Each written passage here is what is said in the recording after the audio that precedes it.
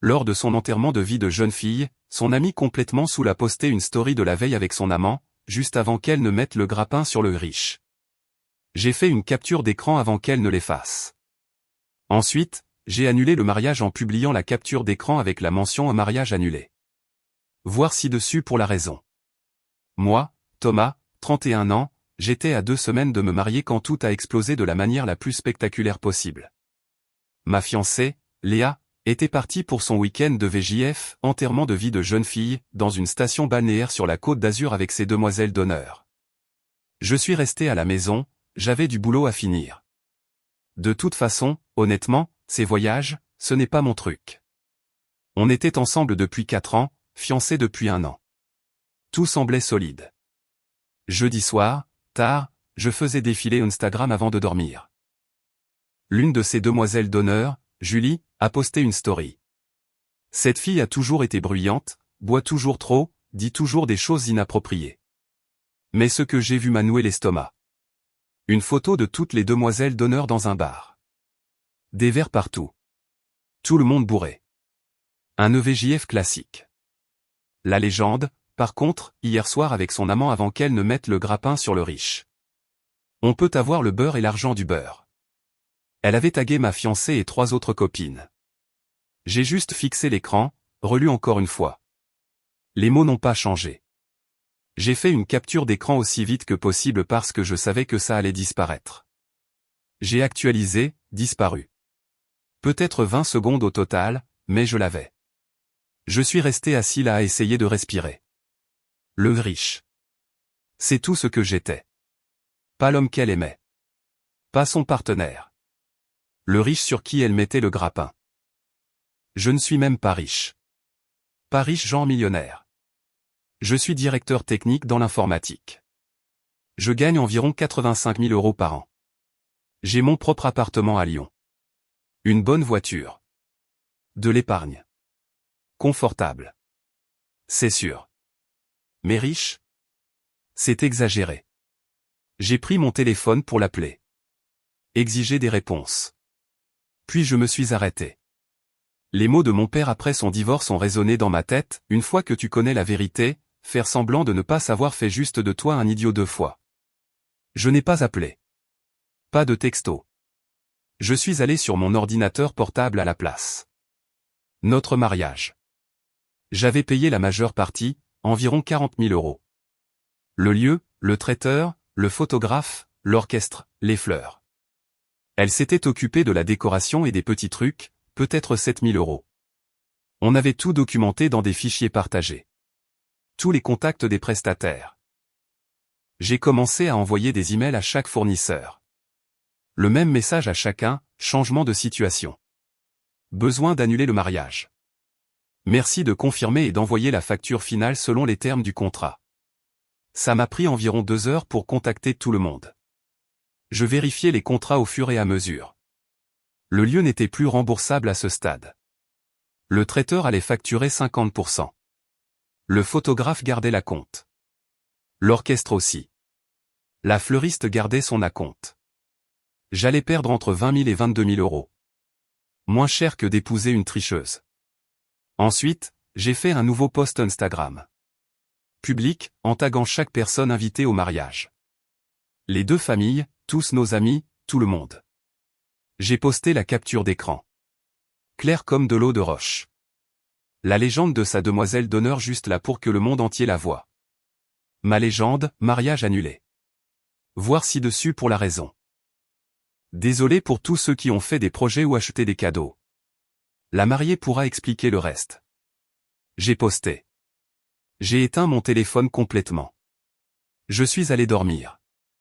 J'ai mieux dormi que je ne l'avais fait depuis des mois. En fait, première mise à jour. J'ai allumé mon téléphone le lendemain matin et il a failli exploser. Appels, SMS, messages vocaux, DM, tout. Mon post Instagram avait déjà des centaines de commentaires. J'ai fait du café. J'ai laissé tout charger. J'ai fait défiler une partie du carnage en buvant mon café. Le message vocal de sa mère, « Comment oses-tu humilier ma fille comme ça ?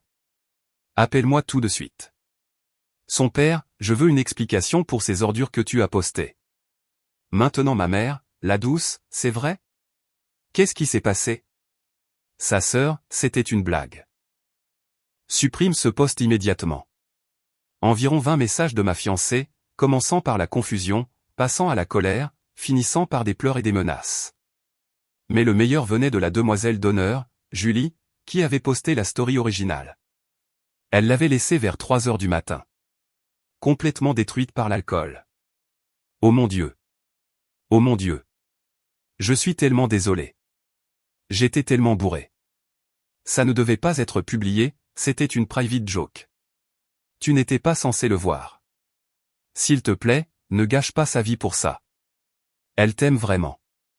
D'accord, le truc de l'amant est réel, mais c'est pas sérieux. C'est juste pour s'amuser. Tout le monde fait ça. S'il te plaît, parle-lui juste. S'il te plaît. J'ai sauvegardé ça.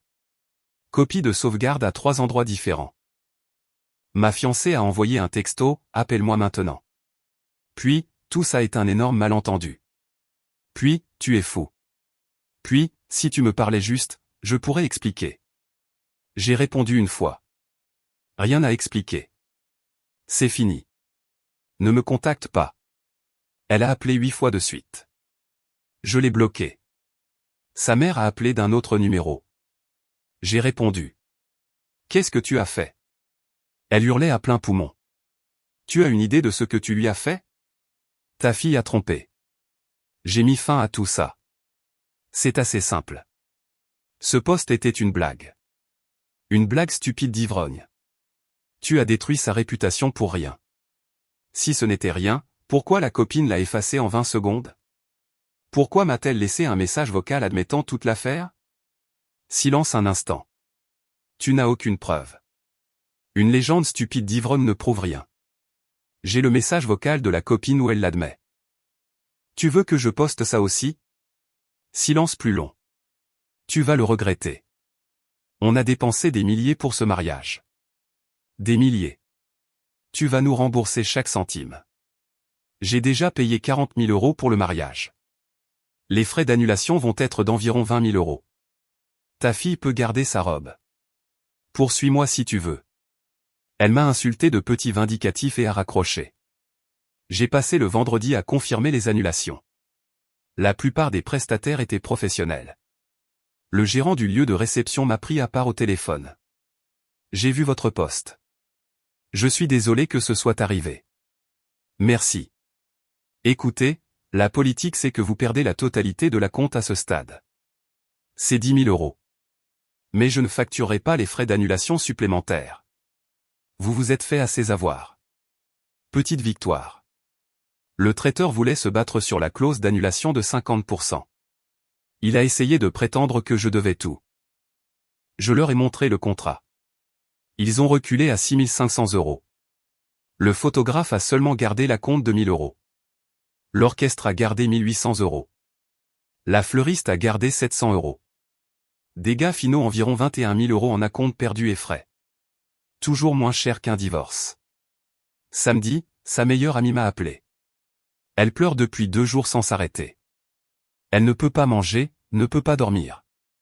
Tu l'as détruite. Elle s'est détruite toute seule.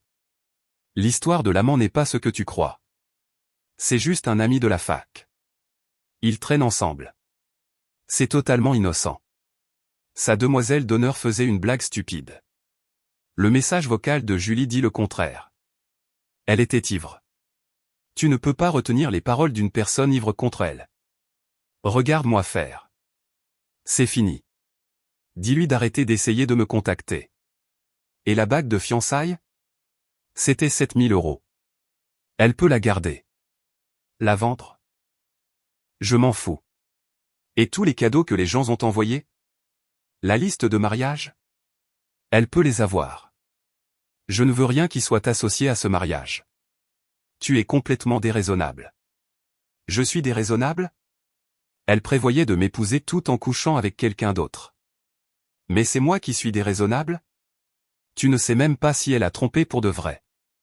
Tu supposes? Alors pourquoi elle n'a pas nié? 100 textos, 50 appels, pas une seule fois elle n'a dit « je n'ai pas trompé ». Elle a dit que c'était un malentendu. Elle a dit que je surréagissais, mais elle n'a pas dit qu'elle ne l'avait pas fait. La ligne est devenue silencieuse. Ouais, c'est ce que je pensais. J'ai raccroché. Dimanche matin, email d'un avocat. Sa famille avait engagé quelqu'un.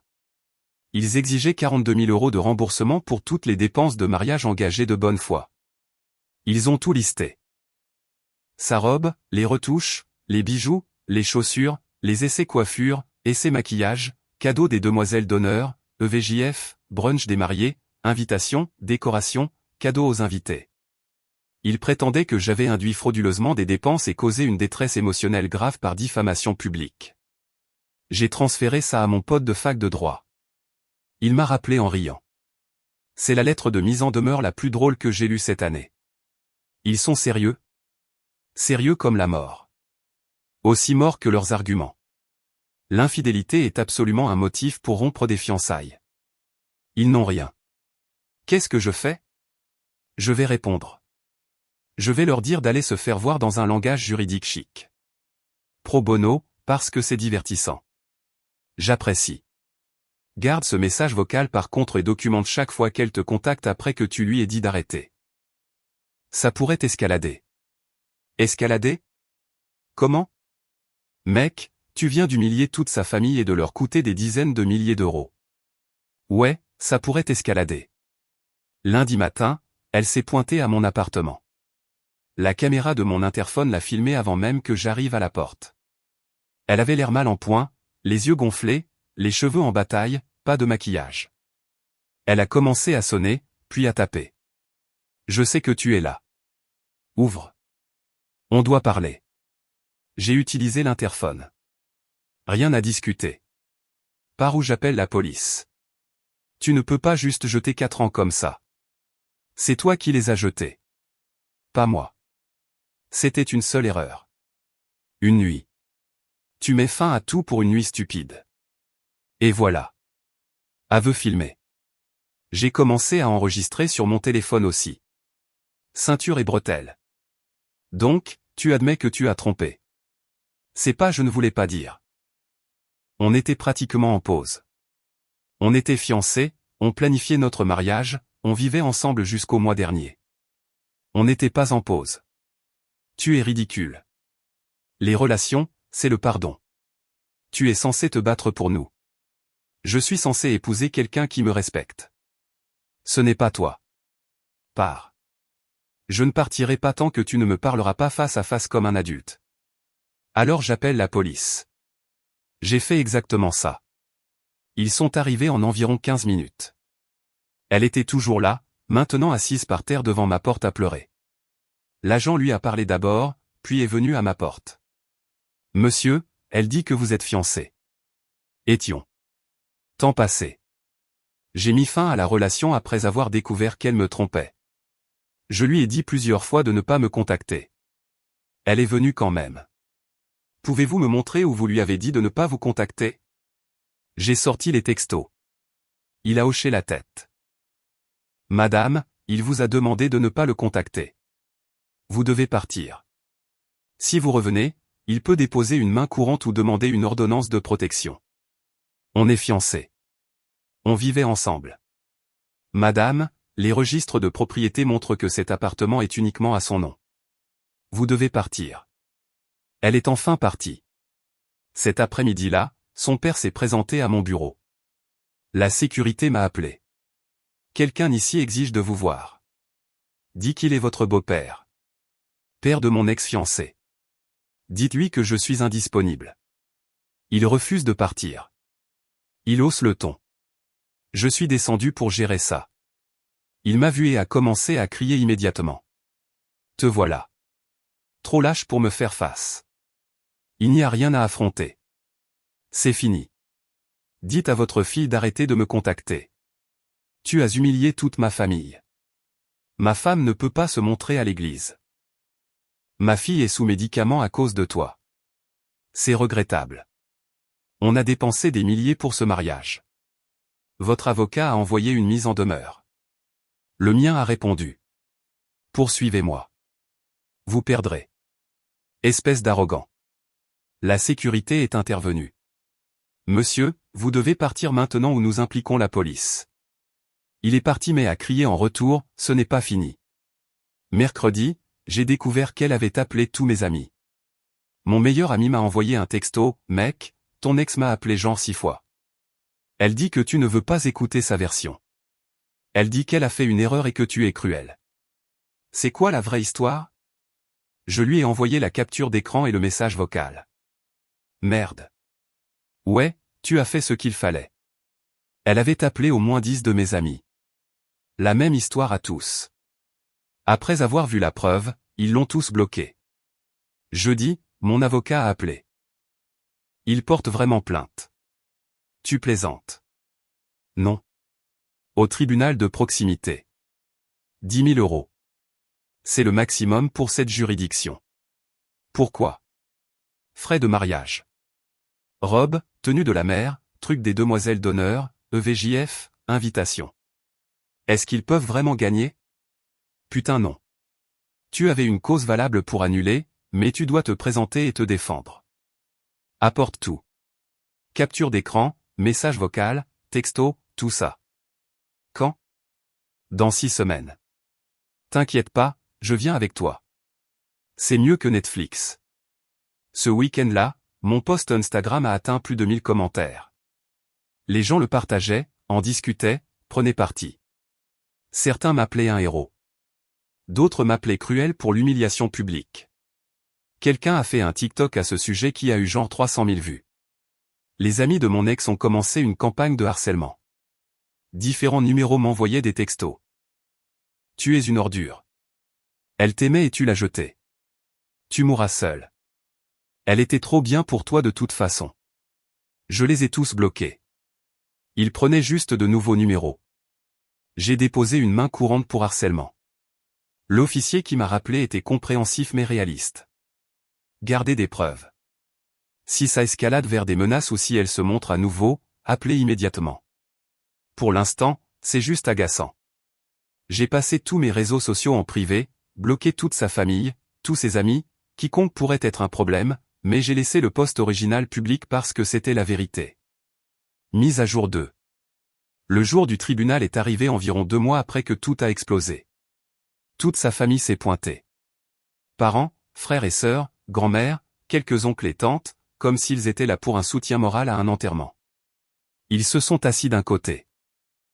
Je me suis assis seul avec mon pote avocat de l'autre. Notre affaire a été appelée. Son père s'est levé comme leur représentant puisqu'il réclamait les dépenses. Le juge a regardé les papiers. Vous poursuivez pour 10 000 € de frais de mariage après que le défendeur a annulé. Oui, votre honneur. Il a annulé avec moins de 2 semaines de préavis après que nous avons tout payé. La robe de ma fille seule coûtait 3 500 €.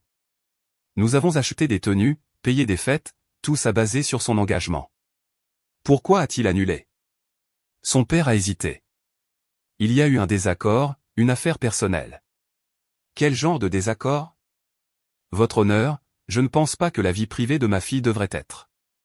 Je demande pourquoi le mariage a été annulé. Mon avocat s'est levé.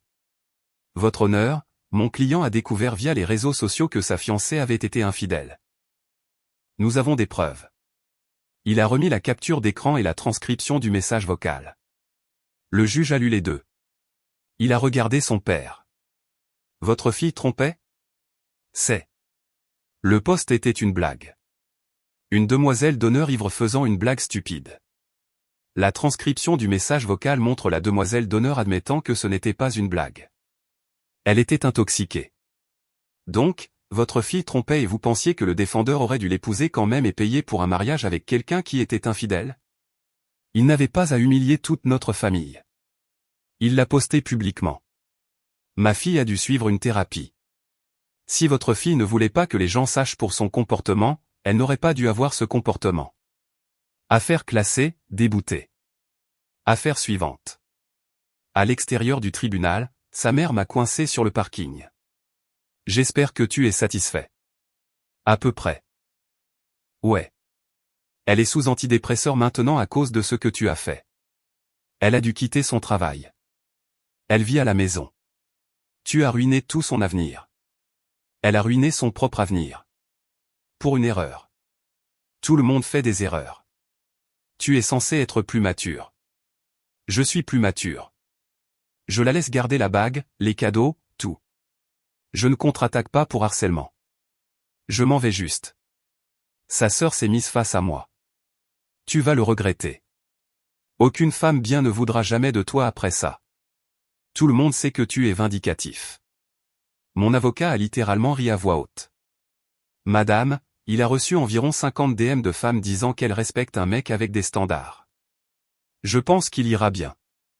Ce n'était pas tout à fait exact, mais je ne l'ai pas corrigé. Nous sommes partis. Sa famille restait là à avoir l'air de planifier leur prochaine attaque, ce qu'ils faisaient. 3 semaines après le tribunal, elle a lancé un blog. Je l'ai découvert parce que des gens ont commencé à m'envoyer des messages à ce sujet. Mon histoire. Se remettre d'une humiliation publique. Sa version des faits. Elle n'avait jamais trompé. Le poste de la demoiselle d'honneur était une blague que j'avais instrumentalisée. J'avais utilisé les réseaux sociaux comme une arme pour détruire sa réputation. J'avais volé des mois de sa vie et des dizaines de milliers d'euros à sa famille. Elle était maintenant en thérapie pour dépression et anxiété. Les commentaires étaient sympathiques. Pauvre fille trahie par son ex cruel. Certaines personnes appelaient à ce que je sois doxé. Mon avocat l'a lu et a haussé les épaules. Que des opinions, rien d'attaquable.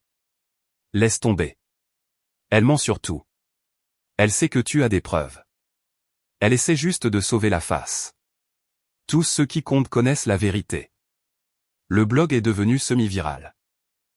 Des blogueurs locaux l'ont repris. Quelques influenceurs lifestyle l'ont partagé. J'ai commencé à recevoir des messages de haine. Quelqu'un a trouvé mon LinkedIn. A envoyé un message à mon patron prétendant que j'étais un abuseur et que l'entreprise devrait savoir. Mon patron m'a convoqué. J'ai reçu un message bizarre sur toi. Ouais, mon ex fait en sorte que ses soutiens me harcèlent. Je m'en doutais. Je veux juste que tu saches qu'on ne prend pas ça au sérieux, mais les RH veulent tout documenter pour nos dossiers. J'ai tout montré aux RH. La capture d'écran, le message vocal, le rejet du tribunal, les mains courantes pour harcèlement. C'est clairement des représailles.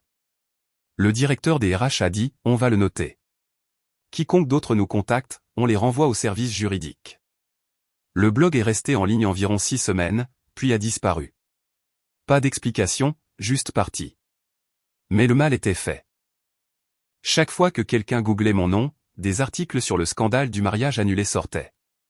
Des articles d'opinion demandant si j'étais justifié ou cruel. Des débats sur la honte publique à l'ère des réseaux sociaux. Mon post Instagram était toujours là, toujours public, avait maintenant presque 2000 commentaires.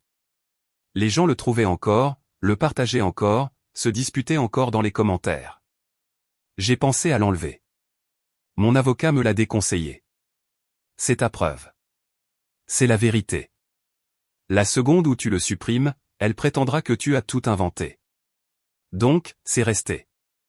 4 mois après le mariage annulé, je l'ai croisée dans un café. Contact visuel. Elle a détourné le regard immédiatement. J'ai pris mon café et je suis parti. J'ai entendu par des amis communs qu'elle sortait avec quelqu'un de nouveau. Un gars du boulot. Ils y vont doucement. Tant mieux pour elle, j'imagine. J'ai recommencé à sortir avec quelqu'un moi-même après environ 6 mois. J'ai rencontré quelqu'un au barbecue d'un ami. Elle était institutrice. Drôle, facile à parler. Au 3e rendez-vous, elle a abordé le sujet. Alors, je dois demander, ce post viral sur le mariage annulé. C'était toi. Ouais. Tu veux me dire ce qui s'est passé? Je lui ai tout raconté. Je lui ai montré les preuves. Elle est restée silencieuse 1 minute. Ça a dû être vraiment dur. Ça l'était, mais mieux que de le découvrir après le mariage. Tu n'étais pas obligé de le poster publiquement, par contre? Non. Mais je n'allais pas la laisser contrôler l'histoire. Elle a fait le choix. J'ai fait en sorte que les gens sachent de qui venait le choix. Elle a hoché la tête lentement. Je respecte ça. Tu as des principes. On est toujours ensemble maintenant. Plus d'1 an. Elle ne m'a jamais donné de raison de douter d'elle. Mon ex s'est fiancé à nouveau. Un gars différent. s'est mariée dans une petite cérémonie à la mairie.